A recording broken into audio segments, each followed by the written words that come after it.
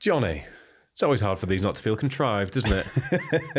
It is, I've thought about that on the way over. Like, how do we rein it in so it doesn't seem like we're just sitting having a fucking laugh? Or we try and make it so serious that we sit here and have such a false conversation by trying to make it outward the normal day-to-day chit-chat that we just end up just sitting here dry, all stern and boring.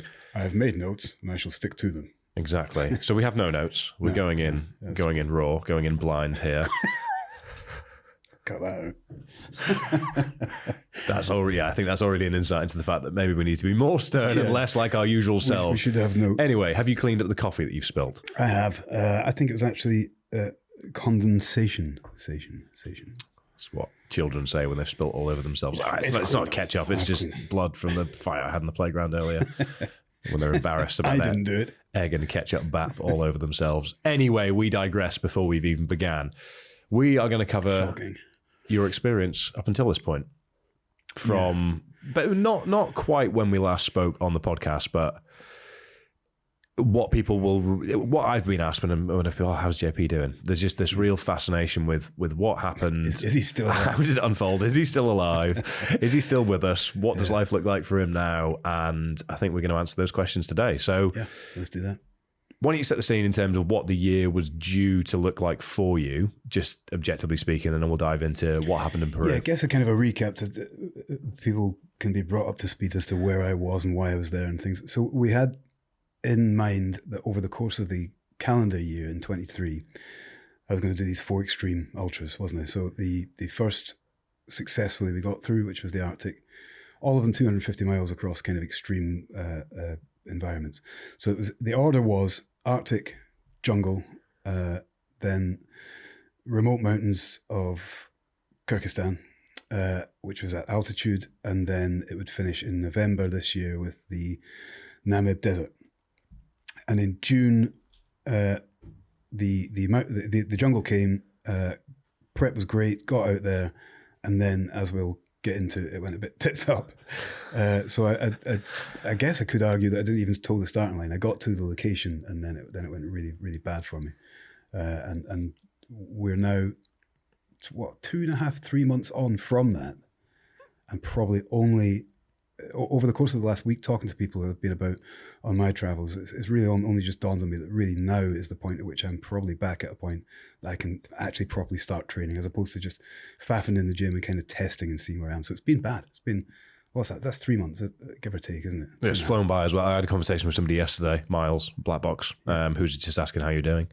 And I said, yeah, you were sort of back to pulling 210, 220, running on flat ground consistently and all of this stuff, but it's only really sort of post summer holidays amidst all the sort of chaos of the kids that I'd say you're back to not necessarily full fitness as you were before you went. Not. That's been the interesting thing, is I kind of thought I was, but then little sort of soft tests, like I went for a run down the road in Poole with some people there, and it was much harder than it should have been. So I'm getting these kind of wake up calls now and again.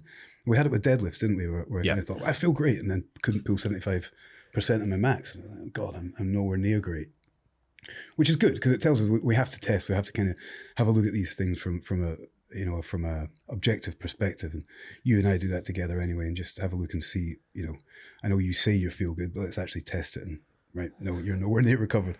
So I think now I'm at a point where I can safely say I can draw a line under it. Although we'll probably cross over some of those concerns in a minute or two, but draw a line under it overall and say, right, we start fresh now for the desert. So the Arctic, quick overview. I know we've discussed it on the podcast already, and we've debriefed it elsewhere as well. And there's a myriad of social media posts on that topic. But for those that might not be aware, those that might be listening to this wondering, oh, that's interesting. The Arctic was 250k across Swedish Lapland. Yeah. And that was your first of, in theory, 4 extreme ultras this year. Yeah. Talk us through your experience as briefly as you can in the Arctic that essentially was due therefore to set you up for the remaining 3 races. Yeah, that was the starter for 4. And it was the one that it was one that was going to tell us a lot about whether or not I even had that capability anymore. So there was a lot of psychological kind of unrest going into that one, because it's been a long time since I've taken part in something where, you and I have done a lot together, but putting me kind of center stage and saying, this is your particular challenge, had been a long time since that, 6 or 7 years probably since I'd done anything that I guess represented the same kind of competitive will and all that kind of stuff. And this is probably bigger than anything I've done before in an overall one go. So it's 5 days, self-supported, through the Arctic Circle, and all those everything that people would imagine that entailed, it did. Ultimately, came through it really, really well. Fitness was great. The experience was excellent. There was a lot of hardship, a lot of challenge, psychological and physical, and I came out the other end feeling great. So it was an outright success, I would say. And again, I look back on it now and think, you look back at something straight afterwards and you go, it was brilliant. It was the best thing I've ever done in my life. And it's the hardest thing I've ever done in my life. And then 2-3 months later, you're like, actually, now that I've got some perspective, this thought's changed or that thought's changed. But ultimately, it hasn't really for me. I think looking at the Arctic has been really successful. A lot of decisions made in the moment were the right decisions, as in I could have pushed harder, but we had these other races coming up and all that kind of stuff. So yeah, great experience and set me up perfectly. So the next one was to be Peru, the jungle, 250k again through the Amazon rainforest. And I went into that feeling like, yeah, I can bite the head off this one easily. But it wasn't to be. So the Arctic was February. February, yeah. Beginning of February. Quickfire stats. Highest temperature was -7, -8? Roughly, I think. And the lowest was -40. Yeah, I think with wind chill, probably less. I think the lowest recorded was around about -40. Less, in this case being... Oh, wait, less being closer to colder, zero or more cold, further away from zero? The other way, further away from. Straight, you don't often speak on this side of the scale, do you? Yeah, it feels like a very Canadian conversation. We're different. We will never get those answers because I think we were taking readings from, or they were taking readings from snowmobiles and things as they were moving around, and you fucking cold. Yeah, I think is the brief. Is the brief. Again, people can go back and listen to the detail, but there were people that lost fingers. There were people. In dire circumstances, snow blindness, somebody got taken out of the game just becoming purely hysterical, running in a circle about 1 meter diameter, just thinking they were, just horrible, a horrible mess for some people. So it was hugely challenging on a couple of days and hugely psychologically challenging on other days where it just felt like a never-ending oblivion. And then hugely challenging physically because we were carrying our kit, self-supported, as all these races are, in snowshoes through 6-7 foot deep of snow at some point, and it was hard work, but all of it positive. So you went into Peru in dates? Roughly 1st of June. I think I actually arrived there 31st of May, giving myself a week to acclimatise, which now I look at it was ironically ridiculous. Well, not really. It just didn't work. It was ridiculous because you essentially spent more time in Peru when you. We'll come on to this. Yeah. But the bottom line is you went into Peru confident but aware of the additional challenges that would come from the different environment. We've spoken about it elsewhere, namely being jungle environment. Humidity is the big one, which means that when you arrive at the start line to when you get to the finish line, you would be moist. For want of a better phrase, which is very difficult from a kit management, a practicality, a comfort, a respite point of view, where even in the Arctic, there were some nights where you did have shelter, which gave you a break from the environment outdoors, even though it wasn't the 4 seasons. It was There's something. Ways to manage. If you're really, really cold, up to a certain point, if you're really cold, there are ways to manage that. You can, as you say, you can shelter, you can, if you've taken the right kit, you can put more kit on, you can move a little bit, et cetera, et cetera. But when you get to a point where you're too hot, the options there are limited. And that was the biggest concern going into Peru. And as you say, the humidity there is 100% humidity. So you're talking about the whole time from the start of the race to the end of the race, nothing's going to be dry, including me. No kit. If it got wet from sweat or if it got wet from one of the many, like the scores of river crossings that we'd have been going through, you're not getting that dry. You're not going to be able to hang out a line and have it kind of evaporate by morning. That's just wet kit. All that stuff we knew, all that stuff we planned for. And some of the fun and planning for that was it was new, as in, having fun reaching out to experts and learning a lot, reaching out to people that had similar experiences. Obviously, our contacts and friends through Special Forces were able to give me a lot of information about how they dealt with things over longer time frames, et cetera, et cetera. So I felt like prep, I had never experienced that, But from a very practical perspective, prep was good. I'd kind of had an answer to all the questions on paper that I wanted to have an answer to. And then there was going to be the psychological question of, could I cope with being hot that long? Which again, we wouldn't really know till I got there, but it was that was a big concern for me. I don't like the heat much at all. You do not. No, you do not. What's it, 18 degrees here today, and I'm already uncomfortable. So hot isn't my favorite. But we knew that. We knew all 4 races would present different things, and the heat in the jungle and in the desert were going to be the biggest factors that I was up against. And it turned out that wasn't the thing that caused the problem. You didn't even get a chance to explore these questions in the wild. I didn't really get hot at all. No. So you arrived in Peru. Yeah. So what happened next? Peru, where we start the race in Cusco in Peru is, somebody will correct me on this, but roughly 3,500 meters altitude. It might be a little less, might be a little more. Can't remember off the top of my head, but it's high, and it's enough of an altitude climb for that to be significant in terms of you can climb up Nevis and the air's no thinner. You're not experiencing any deficit in the ability to get air in. But we knew that Cusco would present that. And the race starts at altitude, and then over the course of day 1 and a little bit of day 2, you descend into the Amazon basin, and the rest of it is pretty much at sea level.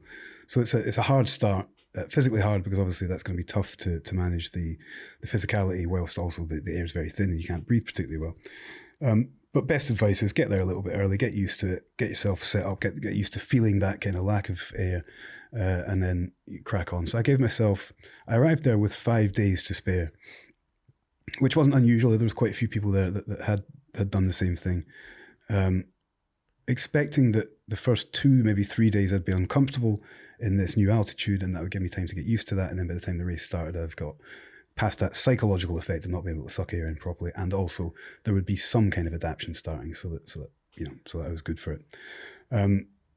I'd say the first day there, I arrived in the morning, went to the hotel, did the usual admin and all the rest of it, then I thought I'd have a little explore of the city. Went out into Cusco, and discovered, as you would expect me to do, a pub. And I found, the pub that I found was claiming to be the highest Irish pub in the world. I thought, brilliant, that suits me down to the ground. I'll go in there. And I didn't know this was on my bucket list until right now, but there it is. Exactly why I'm here. So I thought, a Guinness, the highest Guinness I'll probably ever have in my life. That'd be excellent. I'll take that off the list. Climbed the stairs into the pub. By the time I got to, only retrospectively did I notice this. By the time I got up the stairs, I had to take a kind of a moment at the top of the stairs. And like, fucking hell, that was a hard climb. Like I don't know, the equivalent of 2 flights of stairs in your house if you had them. And but I didn't really register. I just thought, must be tired, and then got my pint, stood at the window, enjoyed the view and all the rest of it, and then went back down after my pint and crossed the square. And in crossing the square, we're talking 200 meters max across this city square. I then needed to take a seat at the other end of it. I need to sit down. I feel really out of breath. And I put a bit of a hard march on just because I was on my own and I wasn't dawdling. I was just moving fast, but still in kind of explore mode. But realised, it was only then I thought, bloody, that's the altitude. It only really dawned on me, oh, this is you knew you were going to experience this. Take an ease, slow down, don't forget where you are. It was relatively late. I think I got some dinner and then went back to the hotel, but didn't feel great, but then knew why, if that makes sense. So you would expect me to feel, so it didn't mention it to anybody, didn't mention it on phone calls, I don't feel well or anything, because everybody would expect it, you're just stating the obvious. Got up the next day and felt a little bit worse. And again, was able in my mind to rationalize that and say, well, you've had a terrible night's sleep because you weren't breathing particularly well. You would expect that. You're going to be tired. You've been traveling. It's like 24 hours travel to get there anyway. I expected to be tired and a bit run down. So I went for coffee, met up with Chris, the race director of Beyond the Ultimate. We had a coffee. I think I had another beer actually. We chilled out a little bit, and then I walked up the very small hill back to the hotel, and it was the hardest climb I've done. It's like climbing a Munro at speed. And I'm trying to give you an equivalent. It was only 1/4 mile, and it was a 1-2% gradient. Not a hard walk in anybody's books. Yeah, I was done. I needed to lie down, and I was like, "That is beyond unusual. Okay, I expect to be tired, but then I'm starting to worry about the race itself. Thinking, if I feel like this, I've got my pack on and I'm climbing actual proper hills. How many days out were you at this point? 3. So I gave myself 5 days, and we're talking. This is all still within the first 24 hours. Yeah, give or take. So I'm maybe three days. Yeah, a 1 to 2% gradient, quarter mile uphill. 3 days out from a race, you start thinking, is 3 days enough for this to subside? And again, bear in mind, this is high altitude, not extremely high altitude, but high enough. It's significant. So I don't have any prior experience. So I then have to I'm leaning into it and just saying, well, this is what it feels like. Suck it up, literally. Get the air in and just relax. Don't question it. So I wasn't panicked in any way. It was just noting things. It was like internal note taking as opposed to, oh my God. It was just like, oh, that's what this feels like. That was worse than I expected. And then ignore it. Go and get my dinner and do, continue just kind of kicking about. But that night, I noticed I was sitting up in bed in a hotel room. I think I was working actually, and I found I could hear a little bit of a rasp. Just a tiny rumble at the full end of at the end of an exhalation. So if I let the air out all the way out, I could hear this kind of just at the end of it. I thought, oh, that's not good. So I think this was early evening actually. So I mentioned to Chris, who I was in contact with anyway, I'm getting a little bit of a rumble on my chest here. Not 100% concerned, but it's noteworthy. So I forget the timelines here in actual fact, but they sent one of the ex-bed doctors up to have a quick listen to my chest, and she didn't think there was any fluid on my chest at all, but did think I was sort of breathing with a little bit extra laboured. It was unusual to be that tired and that laboured. Especially being that I'm in great shape, I'm fit, strong, all that kind of stuff. This is a bit over the top. So we did the usual kind of round of jokes. You're just soft and all this kind of stuff, and call us in the morning. We will come back and check in the morning and just see how you feel. And just you're now on a list to just keep a kind of a half an eye on, which is good. I mean, that's their job, and they were doing it excellently. So they came back the next morning, a different, or I think Chris called me in the morning and said, "How are you feeling?" And I felt terrible, really felt rough. Right, we'll get somebody around to look at you. That had already been arranged. One of the ex-bed doctors came, took a listen to my lung, and within 2 breaths said, "You've got a lot of fluid on your lungs." So within 24 hours, and probably within about 12 from the first doctor listening to the second doctor listening, this had advanced so much that it was now of a lot of concern to them. So I suppose that's a good break point if you've got questions there. I do. But as you were talking through your panic of the situation, I just thought, did I actually put money on the car? So I'm just going to keep this rolling because this is a Fergus and JP conversation, which means... You did, I think. I'm pretty sure you did. I'm pretty sure I did, but I definitely opened it and then wasn't sure whether I actually put my face on the Face ID to confirm it. Yeah, parked in zone 20361. Perfect. Okay, well, yes, questions. I'm back in the room and out of a traffic warden's opportunistic mind. So when did you start to realise that the race wasn't happening? Because we were conversing throughout this whole thing, and I obviously had my concerns. I was contingency planning in terms of, right, well, how can we support from our end, the other side of the world, to be able to manage this? Is there going to be insurance claims? Is there going to be issues with this, that, and the other, and all this sort of stuff? But also knowing that you would have to be told you are not allowed to race to not race. Yeah. But there is a difference between having slightly compromised, being a little bit ill, and the situation you ended up being in. So we were 3 days out when you had that sort of walk up the hill. It was the following morning when you spoke with Chris and had the ex-bed doctor give you a bit of a once-over. And then the second opinion was later that day, was it? More like, yeah. Within 12 hours, the two separate doctors came. The 2 separate ex-bed doctors came to see me. So when were you told, or when did you acknowledge internally the race isn't happening? Not for about another 24 hours at least, because we then had to go through. So the ex-bed doctor came to see me. She had a listen to my lungs and said, "This is bad enough for her to consider serious." As in, it's not just, "Oh, he's having trouble breathing. Should we chat about his viability here?" And I think if I'd had trouble breathing, they probably wouldn't have chatted about my viability at all. It'd be like, everybody's having trouble breathing, get yourself in order and move on. They'd have done the intelligent medical assessments and whatnot, but that wouldn't have been enough. Trouble breathing wouldn't probably been enough for them. It then become down to the decision to me, do I feel like I can handle the workload? And that would have been for me to decide. Yeah. But because she felt like she could hear fluid on the lung, they then needed to check that properly. So what they did very swiftly, and I guess it speaks to the nature of the area, is that Cusco has a specialist altitude clinic set up for people who get ill. And usually their setup is actually for people who've got altitude sickness, which I guess I was presenting with to a certain degree up until they heard the fluid on the lungs. At this point now they're considering, is there a pulmonary edema? Is that what we're listening to? Are we hearing fluid on the lungs, or is it just so? What is the nuance there? Altitude sickness is essentially you would just feel ill. Okay, just and then pulmonary edema is when that that manifests into fluid on the lungs. Yeah. So yeah, exactly. So pulmonary edema is any edema is kind of fluid buildup. So you could get that anywhere really, but a pulmonary edema is obviously that's your lung. So and this is the exchange of pressure that's happened because of the altitude, is that now the pressure between the lungs and externally and internally has changed, and there's this kind of a seep and it gets in. Yeah. And if you're not supposed to have fluid in your lungs. No, you're not. You're not. No, I knew that much. Yeah. I knew that much. Yeah.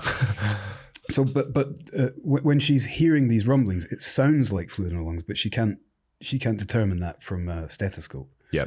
That has to be something that somebody has a look at. So she then says, we'll go to the specialist clinic. We'll see what they think, because they're the specialists on the ground and they also have equipment to x-ray if they feel that that's necessary. And obviously she's listening with a handheld device, and these guys would be able to get you set up in a clinic environment, and they're specialists.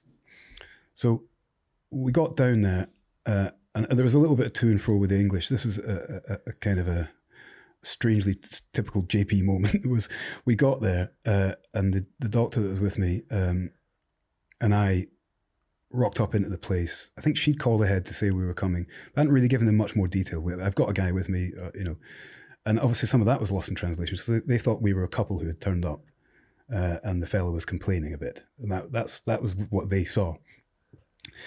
But when I presented, if they look at me, I walked in, I'm stood up straight, I'm relatively well muscled, all this kind of stuff. And the guy's instant reaction was, there's nothing wrong with him, which happened to me loads throughout this thing. But, yes, quite catastrophically towards the end. Exactly, yeah. There's nothing much wrong with him. So she was saying, and we were using Google Translate and all this kind of stuff because there was no middle ground in the language. But she was trying to say, get him an x-ray. And he was fobbing her off as an over-concerned girlfriend.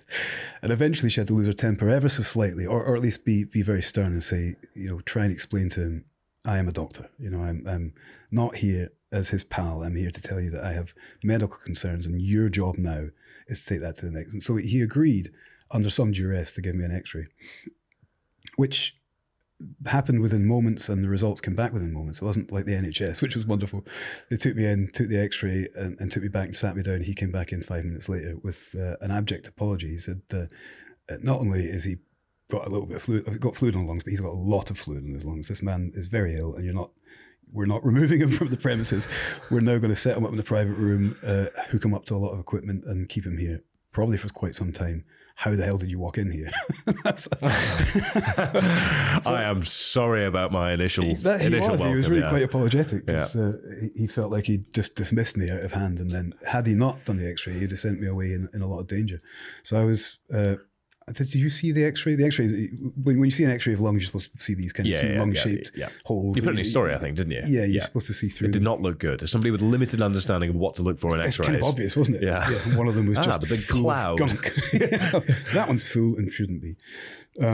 So they then did my oxygen sats, which they had been doing, which the expert doctors had been doing with a fingertip device. And they wanted that done a little bit more clinically, and SATs were low. They were down in the 70s, which is extraordinarily low. And so they just wheeled me in. It sort of bullied me pretty much into a bed and set me up, had a mask on, things up my nose, and quickly set up with a drip. And I think I went out quite quickly as well. I think I just sort of fell asleep. Yeah. Which... I thought I fell asleep. I went unconscious, apparently, a few times. One and the same at this point. Yeah. So I went out. So I was ill. I was really ill. And still everybody was quite shocked and is quite shocked at how fast that came on. Because really we had the first signs of illness well within 12 hours probably. And I was acutely ill easily within 48. Is there anything that fast has been isolated afterwards that indicates why it was more adverse for you individually? Because essentially with altitude, you can go 20 times, be fine. Yeah. On the 21st, it can catch you out. Fish in a barrel. People can be pure luck. genetically predisposed to being not very tolerant for it. People can be genetically predisposed like Nims to be able to eat it for breakfast without any concerns whatsoever. Well, I mean, we don't have the answer to that question. We could take me back to altitude and find that every time I go to altitude, my lungs collapse. We don't know that yet. We need to go back and test that. Yeah. Hopefully not. All evidence points to the fact that it was just shit bad luck.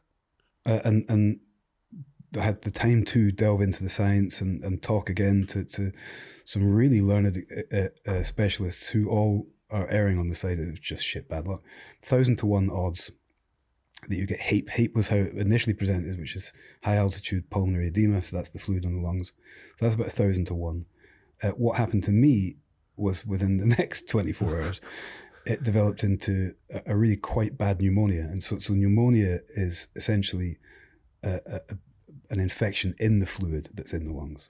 So you could have fluid on the lungs, and if it gets infected, then now it's pneumonia. That makes sense? Yeah. So I had just another ring up the ladder. Yeah, exactly. Yeah.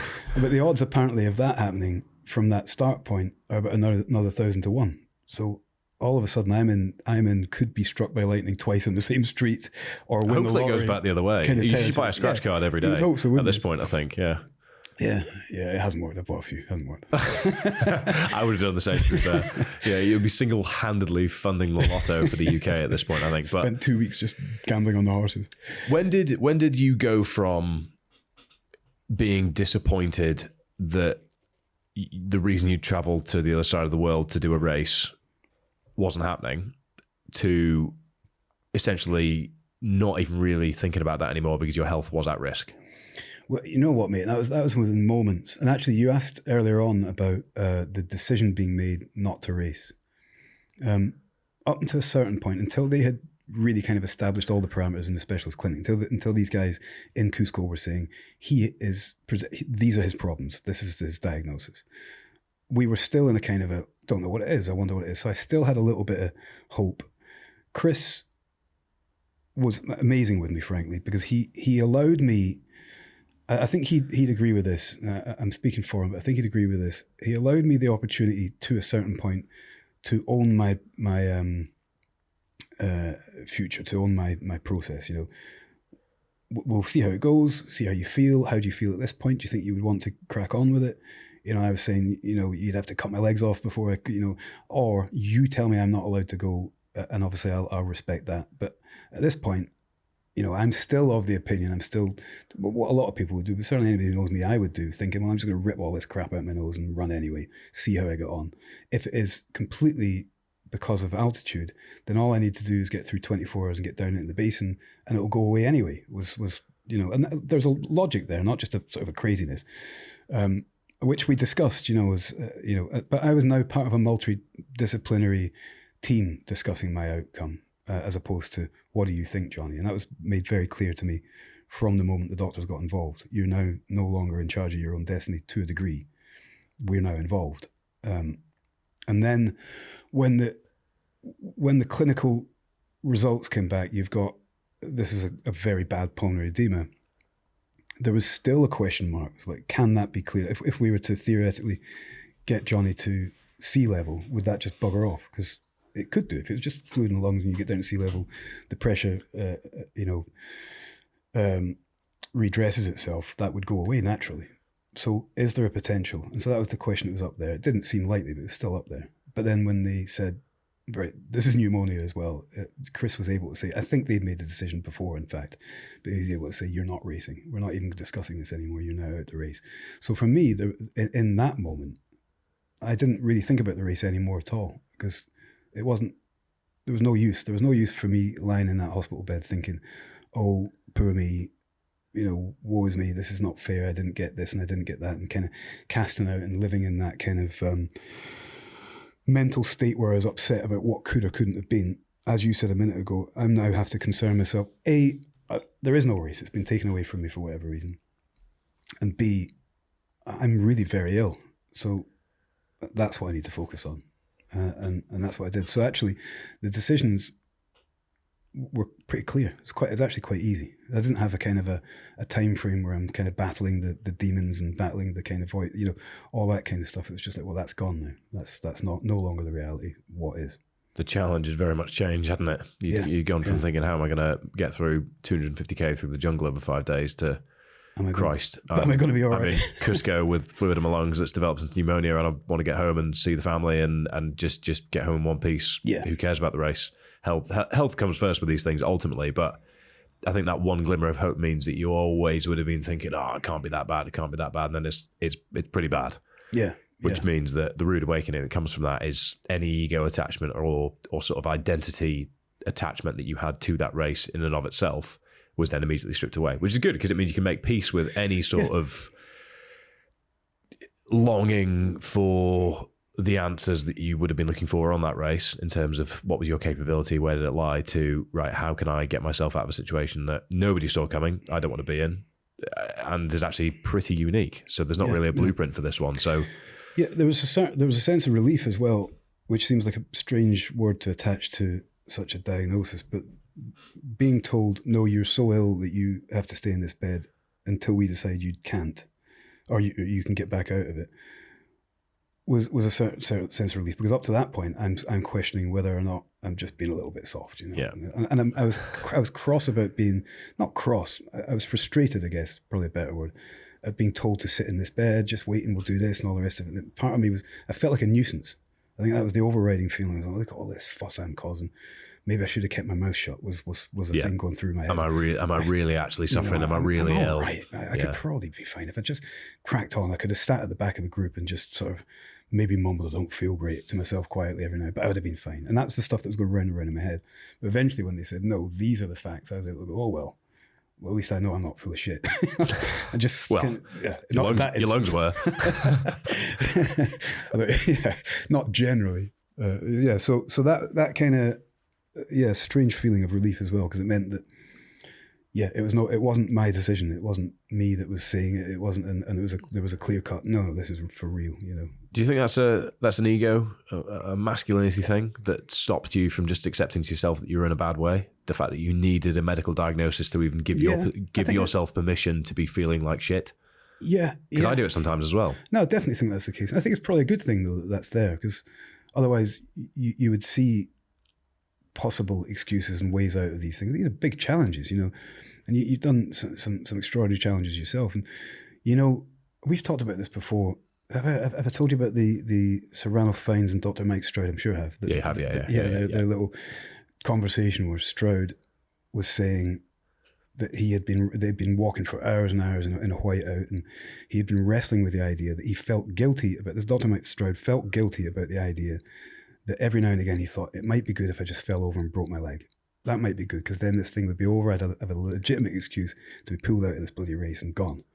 And this kind of hopeful catastrophizing, if that's the right way to put it, made him feel guilty. No, that's soft. That's what a weak way to think and all the rest of it. So then he put it to Fiennes, asked him if he felt the way, and he said it was absolutely ridiculous. And then he stopped for a second and said, but I do hope that you break your leg sometimes.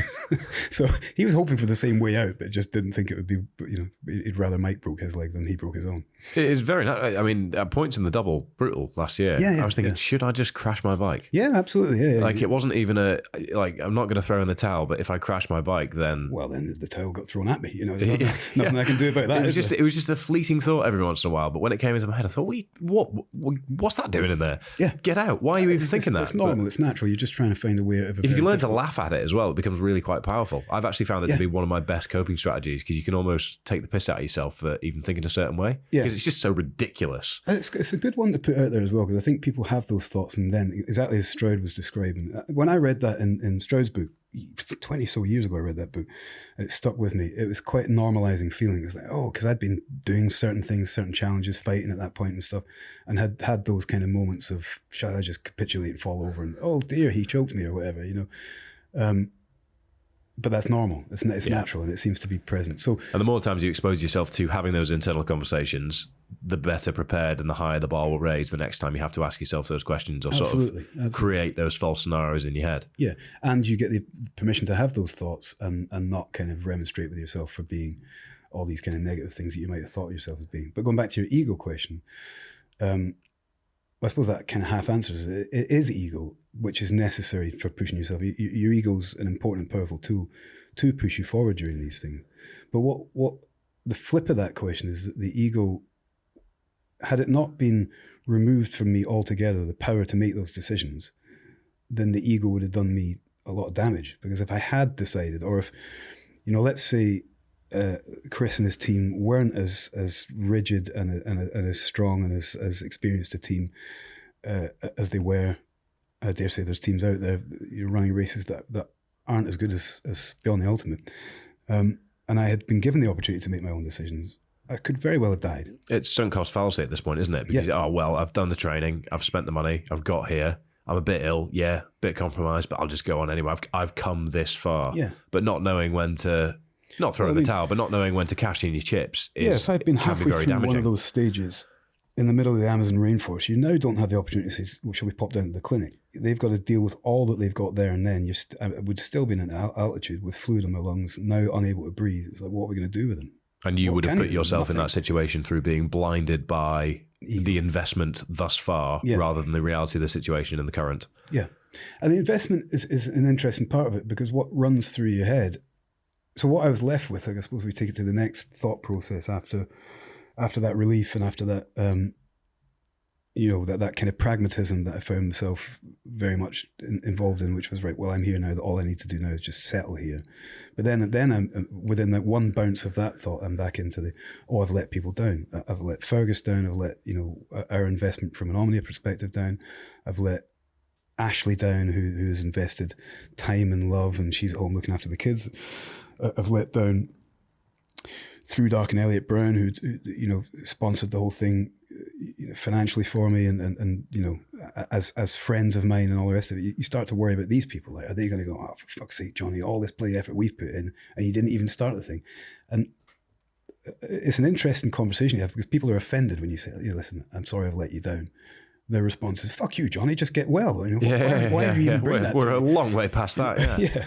But your feeling is that, because I'm accountable to those people. And then I suppose there's by the virtue of the fact that we are doing this kind of openly and publicly, and we have a certain amount of people looking in from an Omnia perspective. My social media following actually grew hugely during that process, because people were looking in at the story and becoming kind of emotionally involved in it and all the rest of it.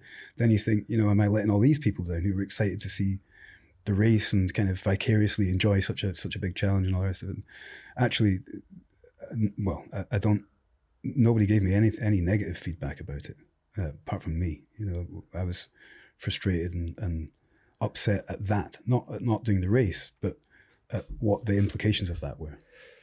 You had a lot of time in a windowless room in Cusco. God, that was dreadful. On oxygen, in and out of a hyperbaric chamber. Oh, mate, as everybody else was racing.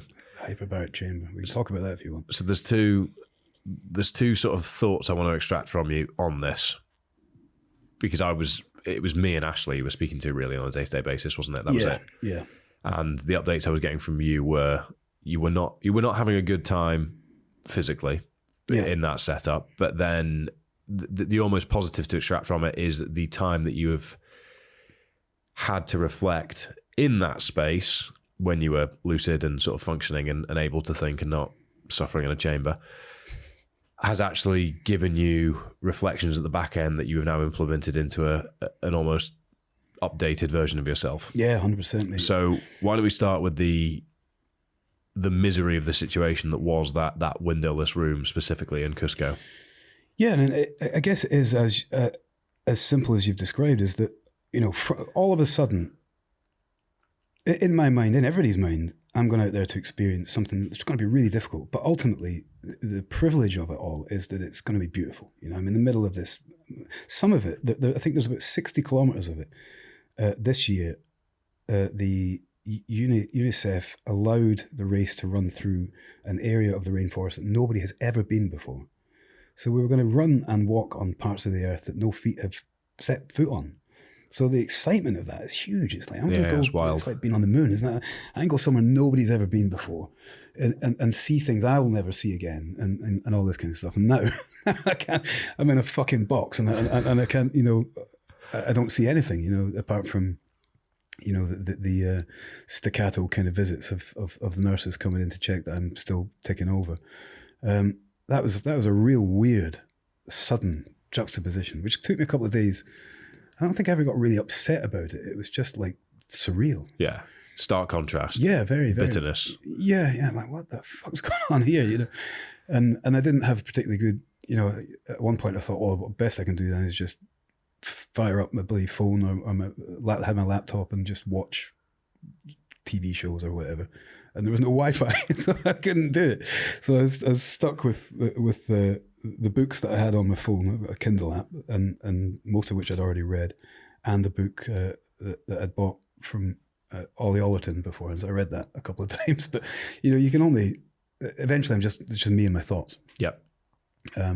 Which usually, you imprison somebody and leave them in their own head can be pretty bloody bad, can't it? And to add to that, we'll briefly dive into the torture of the hyperbaric chamber. Was it became a kind of I got over this in the end, but it became a daily moment of fear. So the hyperbaric chamber, for anybody who doesn't know, is basically just a kind of a coffin-shaped tube that they put you in, seal up, and then they change the pressure of the chamber. So essentially you're trying I'm at altitude and they're trying to recreate sea level by sealing me in a box and changing the pressure within that box. And that should alleviate all my symptoms, certainly for the time I'm in the hyperbaric chamber, and then for a certain period of time afterwards. If they get me straight out of that, put me back on oxygen, there should be a kind of an alleviation. And it was horrendous because they put me in the box. I'm not particularly claustrophobic, but they put me in this box and I went to scratch my nose and then realized I couldn't get my hand to my nose. I was trapped like in this kind of stood to attention kind of prostate pose, Yeah. Tried to scratch my nose, couldn't get my hand there. And because I realized I couldn't move my hand, I then tried to move it a couple of ways and then realized I was actually trapped. I'd been in there maybe 20 minutes. So I wasn't even at the bottom, so you can feel the pressure change, and it takes a long time. Yeah, about 90 minutes a session. In these really? Things. Yeah, that long? Brutal. Because they've got to take me from what's 3.5 and slow, because they can't just drop you down. Your head will explode. Yeah, it'd be like a very get the bends. Very aggressive dive down into the ocean. So it's real slow, and then they leave you in the bottom for X amount. I think they're supposed to spend 40 minutes to an hour actually at sea level pressure. And then they slowly bring me back up. That was the process. So on the way down, I think more or less at the bottom on this first occasion, I had a panic attack in this bloody thing.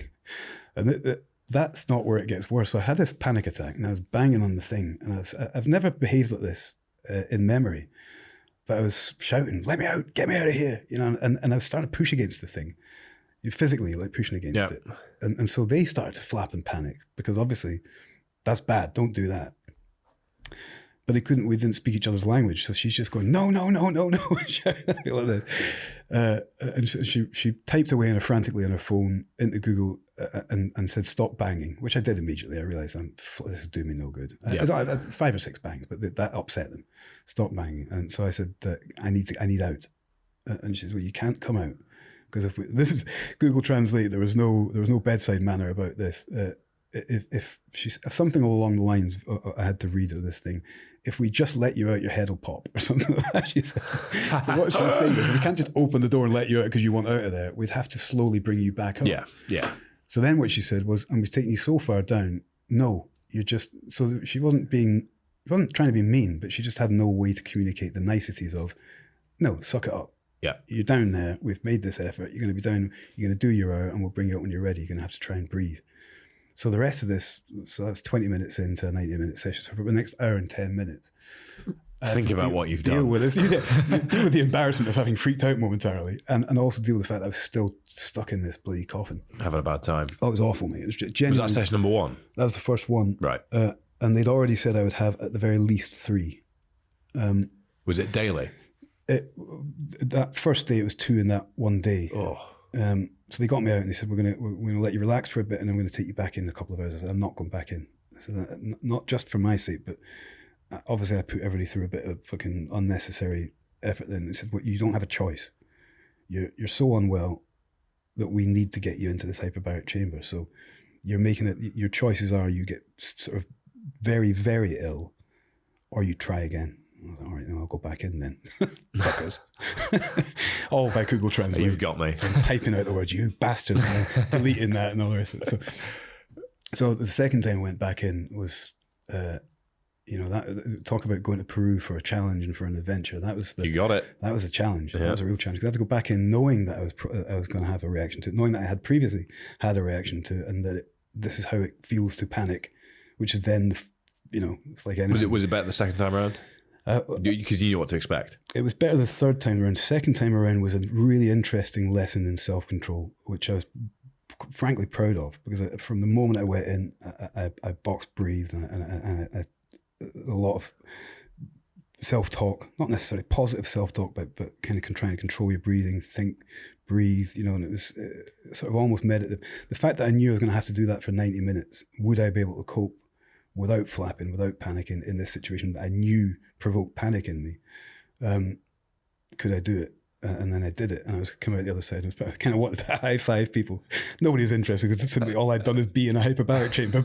It's like, yeah, look what I just did. Like, yeah, you lay there, you twat, where we did everything. But so the third time was better. I was able to kind of relax a bit easier. Still hard work, but relaxed. But was there a tangible difference utilising it and sort of easing yourself down and then getting straight back onto the oxygen? Was it? Did you feel yourself making forward strides?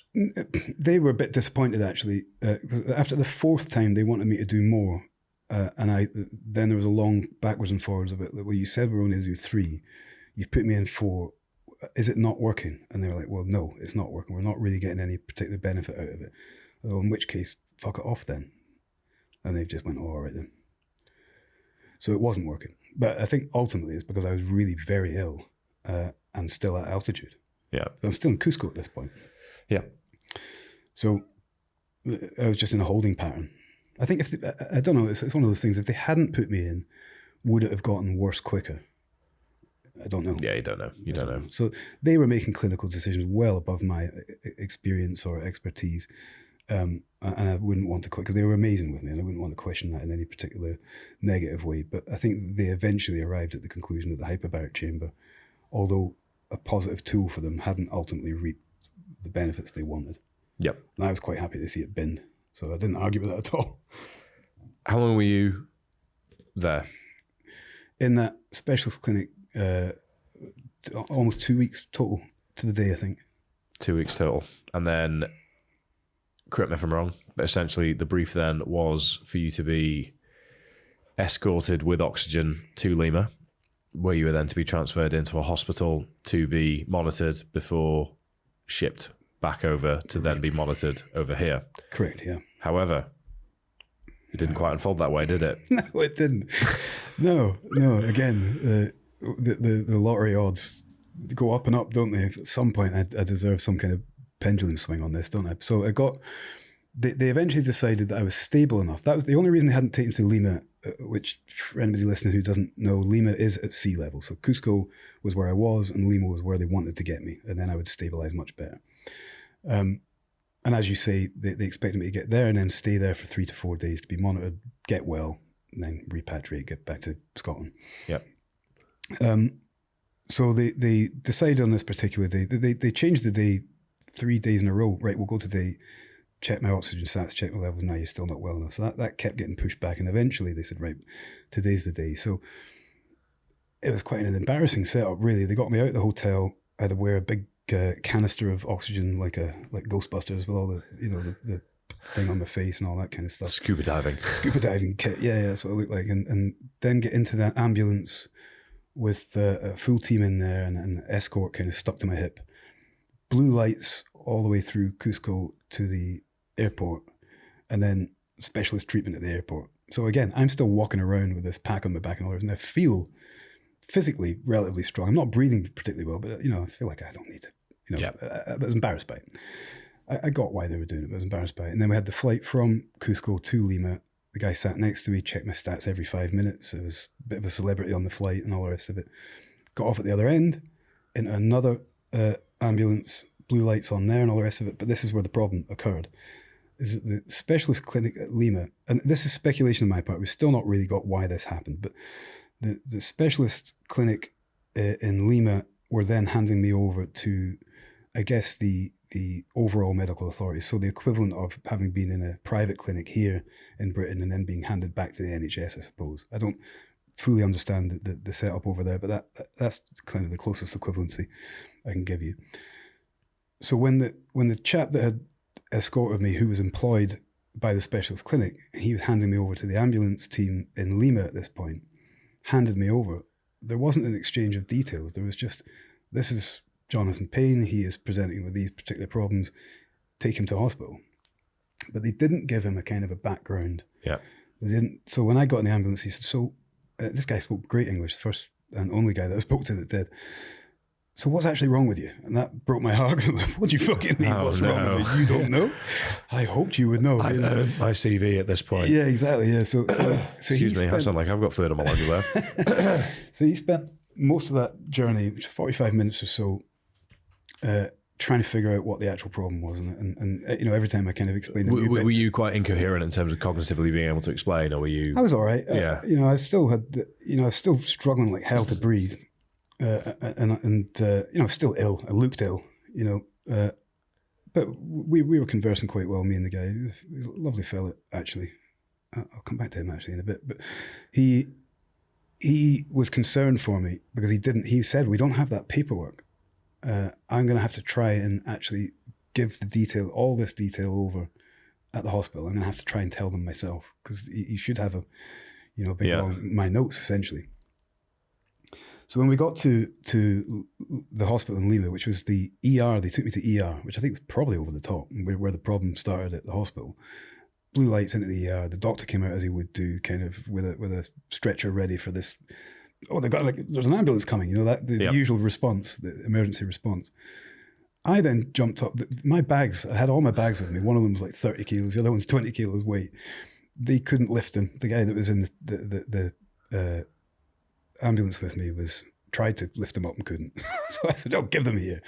Took my bags, leapt off the back of the thing and said hello, and put my hand out to shake hands with the doctor, who looked me up and down like I was an asshole and said something along the lines of, there's nothing wrong with this man. So again, now we're on the back foot properly, because he felt like this was a load of shit. Yeah. You know, why is this guy here at all? You're wasting my time. He'd obviously come out in a kind of an emergency response to an ambulance. So the ambulance, the paramedic was then trying to explain the situation. He was being told to piss off, really. He was quite aggressive, the doctor. He was kind of saying, you know, and eventually all he agreed to do was to listen to my chest with a stethoscope, which he did on the street. And he said, no, go away. And that was that. So within 5 minutes or so, maybe 10, of arriving in Lima in this ambulance, I was then on a park bench outside the hospital with that was it, go away. So I was still in the middle of treatment. You know, I was still at the, you know, come out the hospital at the other side, halfway through. I think I was on like 14 or so drugs. And at that point, you had antibiotics. You were meant to get a resupply essentially at Lima, weren't you? I mean, the break in treatment. I mean, I should have gone into the hospital and then picked up where I left off, and they should have been monitoring me. And okay, how are you now? And let's check the fluid. And you know, I'd been. Every time they took the oxygen out my nose at the special clinic, it would go from 97 sats to like 80 within minutes. So the oxygen was what was keeping me. Yeah. The supplementary oxygen was what was keeping me going. Clearly, without it, I wasn't able to kind of operate. Now, at sea level, that proved to be different. I did feel better. You know, once I got there and moved around at sea level, I do feel like I'm getting air in better.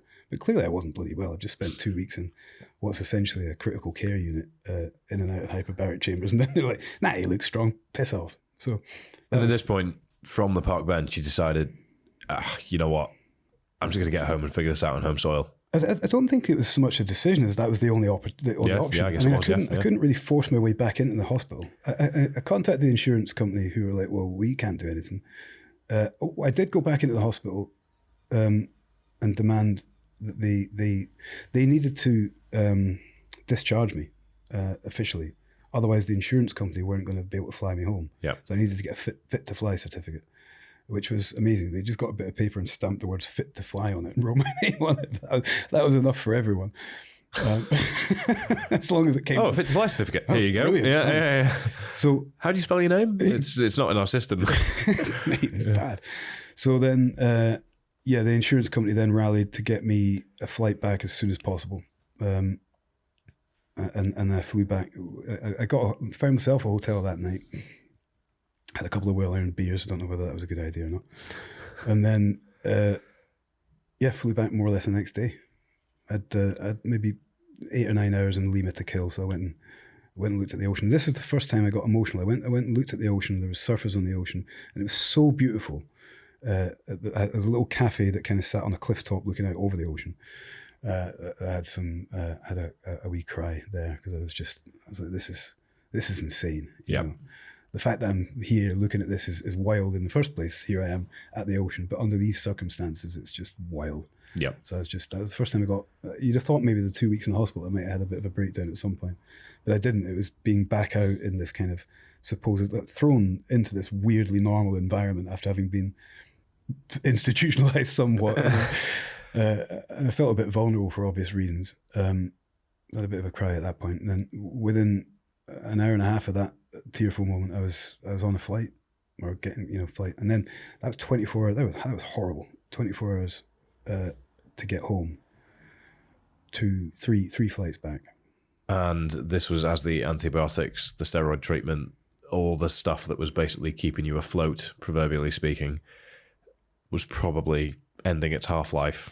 More than, yeah. So you had a couple of hours at home, didn't you, where you were just happy to be home and felt settled, and then everything came crashing down. Yeah. So I messaged Ashley beforehand, said, get me a couple of beers in. I took 2 or 3 sips of my beer and said, I don't feel good. I don't feel right at all. Let's forget the beer, push that away. Maybe that's not a good idea, which is very unusual for me, as we know. He's turned the beer down, quick, get him back in the hospital, which is kind of more or less what happened. Turned that down, said I needed to go to the toilet, went to the toilet. I was sick. And then I was sick for about over and over, in and out, being sick at first and then both ends in the end. From, I think it was about midnight through to about 7 a.m, constantly back and forward. I had weighed myself just as a matter of course, because I would do after one of these, I wonder how much weight I've lost on one of these challenges. Got in, I was 84, I think, kilos. It must have been, 84 kilos on the scales. And then I weighed myself again, and then the hospital weighed me laterally. Got down to 77 within that 7 hours of being home. That's how much fluid I lost. It was a stone's worth, 7 kilos Oh my God. worth of fluid. Oh dear. So called, this wasn't stopping. I was still being sick, and called NHS, who said, given your circumstances, you should probably not be at home at all. Go to hospital. So I did, and I spent another bloody week in the hospital in Kirkcaldy here in Scotland, where they were concerned initially that because I was being sick so violently and it wouldn't stop, perhaps I had picked up some kind of pathogen. Yeah. So then I had to be isolated on the tropical disease. Exactly, on the tropical diseases ward, and people coming in dressed in hazmat suits, poking things in places I didn't want them poked.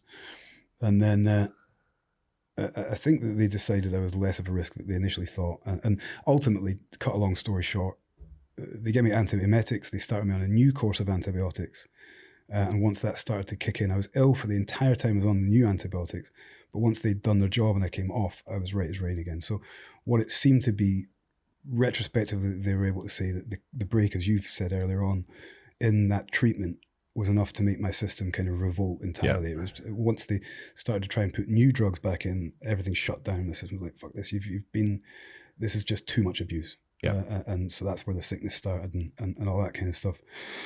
So I had to run another course of all these different drugs, now antiemetics to stop me being sick and all these different drugs. But I had to get through it to get, past these illnesses. So I spent 10 days really quite ill, coping with all these drugs. But once that course of drugs stopped, it was immediate. It's like within 24 hours, I felt like I could fly. It was amazing. We could talk about this all day and laugh about this all day, and there's this ongoing insurance discrepancies because you should not have been. I shouldn't have been on the flight, I don't think. But you shouldn't have been left No. on a park bench and leaving. Who to blame for that, I don't know. And I've given up, frankly. Well, I haven't given up, but I've chased my tail on it so far. It's like, well, is it Lima's fault? Is it the clinic's fault for not handing things over? Should the insurance have dealt with that? Personally, I think the insurance probably should have been on top of ultimately owning that process. But Here we are. I'm home and well. Happy, healthy, and returning to full fitness. But this whole process experience has shone a spotlight on who you are, what you want to be, what direction you want to be going in internally. Because as you've said, it was only a matter of time in Cusco before you were left with your own thoughts. But at the back end as well, you've come back to your family, come back to Scotland, you've come back to normal life with this experience behind you, which means that you've got a new lens to look at things from. Yeah. So from a perspective shift point of view, if you could distill down the lessons you've personally taken away from this entire experience that you're going to carry with you moving forwards, what are they? Well, it kind of ends up being a little bit trite, but very real, is that when everything's taken away, and that sounds over the top, because I'm sure I know people are in much worse situations. That's one of the things that I'm able to lean on quite easily within these things, is that it could be worse. It could always bloody be worse. You know, I had good people around me. The specialist clinic was good. I was in a critical state, and at one point really very, very ill. They were quite concerned about whether I'd get through it or not. But people have been in worse situations, so I was able to lean in on that quite hard. But when you arrive at one of those situations and everything that you've got is thrown into disarray, and you're left with your health as the chief concern, it really does give you a perspective shift. And I'm loath to kind of say that I had any kind of near-death experience or anything, but I think on paper, arguably I did. But what it did do was it gave me like a circuit break, like an opportunity that I would not have taken otherwise. I'd have been out of that challenge into the next one, prepping for this, prepping for that, etc., etc. And I would have never had the opportunity to sit for 2 weeks and marinate in my own thoughts. And in doing so, have the whole opportunity to realize my privilege and all my blessings very obviously in front of me, gives you a chance to kind of reassess and say, well, is everything I've got, is everything I'm doing pointed in a positive direction? Am I loving the people I'm loving as much as they deserve? Or all these different positive perspectives are given a chance to shine. So I came away from it with a very much a renewed appreciation of, like I keep saying, how privileged I am, a very renewed appreciation of the love that I am afforded and the generosity I am afforded by those around me, and the will to recognize that a little bit closer. I don't feel like I've come back and I have to change my life and become a charity worker day in, day out or anything. But I do find that the cuddles that I gave the family when I came home were closer and tighter, and I have...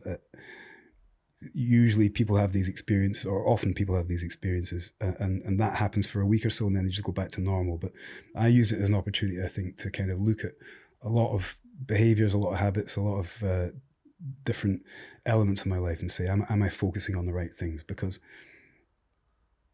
without putting too fine a point on it, there's nothing like getting a good reminder of your mortality to make you think, well, I'll appreciate everything that's here now. So whilst this is the trite bit, whilst it might seem kind of obvious to say it, I think, or whatever, getting there, getting really ill and not getting to do what it was I wanted to do has been a gift. I think it's been an opportunity for self-reflection and for a certain amount of self-learning that I would probably not have been afforded under any other circumstance. So I'm, as bizarre as it might sound, really grateful for it. It's done me a lot of favours. What practical changes day to day have you implemented? Because I know you've changed your approach to beers, which you mentioned about 85 million times in this podcast so far. Well, I still like a beer, but I've been excited by certain approaches to things like that. So I guess that I'm not on a health kick by any stretch. I haven't really changed a huge amount of habits, but I'm much more aware of my health. I'm much more aware of the fact that you know, we kind of look at it commercially and say, well, Jonny's 48 and he's doing these things. Isn't that exciting? But then there's a flip side of that. It's like, I'm 48, you know, I should, you know, I'm doing really well. I'm lucky to be in this position. But you can't just say, same as you can, you know, well, I'm in good health. I'll just kind of accept that. Abuse it, yeah. Yeah, or even take it for granted. So I'm kind of super aware now that my health is something. When I got well again, I felt so good. Yeah. As a juxtaposition. Why would I fuck this up? Why would you not want to feel? I mean, this is, and I'm only just a tiny bit better from what I was 2 days ago. When I'm fully better, I'm going to feel like I can jump through the fucking wall. In which case, maybe I should address that everything that I'm doing that compromises that on a daily basis. And for me, it would be kind of just casually drinking. You know, I'm not abusing it by any stretch, but I kind of, you know, enjoy the hilarity of Jonny likes a drink and all the rest of it. But it doesn't need to be a thing, you know. So that's been one thing, is just to kind of look at these things and say, are these habits serving me well?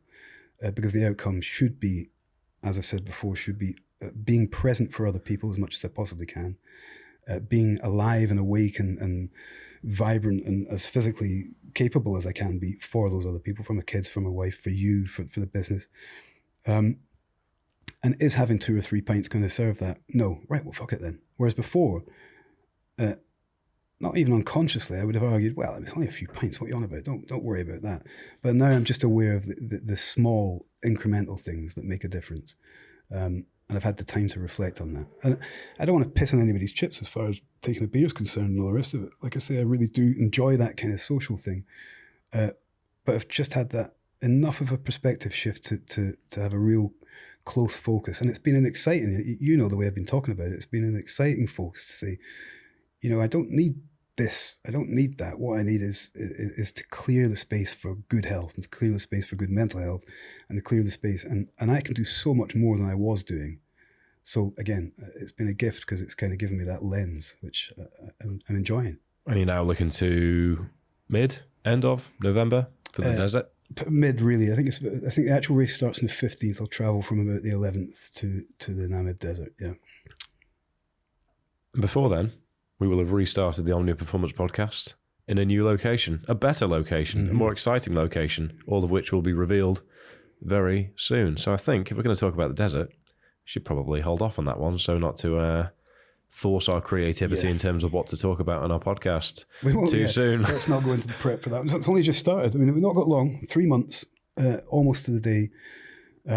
You and I have got to sit down and talk about prep for that and really kind of delve into what needs doing. Some of it's acclimatization, but I think we'll cover that in another podcast. But what's interesting as well that we can cover later is now going into the next race, I have an interesting psychological hurdle, because now I've got, what if it all goes tits up before we even get there? That's now a new fear unlocked. And it could do. It's not something I've ever pondered before at all. But, you know, even getting there and getting set up and getting, you know, because there's heat to deal with and all the rest of it is interesting. Well, fear is what drives these things anyway. So fear it shall be. Anyway, that was good fun. Yeah. I feel like, aside from our garrulous bullshit at the start, we brought that round to a fairly civil conversation. So I think so. Thank you, everybody, for engaging. If you've got any questions for Jonny, do reach out. Do you have anything left to say? Because I am losing my voice. Nope. People know where to find you. I don't say all that stuff. It's always good to be back on the Modern Mind podcast. And looking forward to questions. Fire the questions in, and we'll speak to everybody when I've completely smashed the desert. Exactly. Fantastic. Thank you very much, everybody, for listening. Thank you to Jonny, and we will see you next time.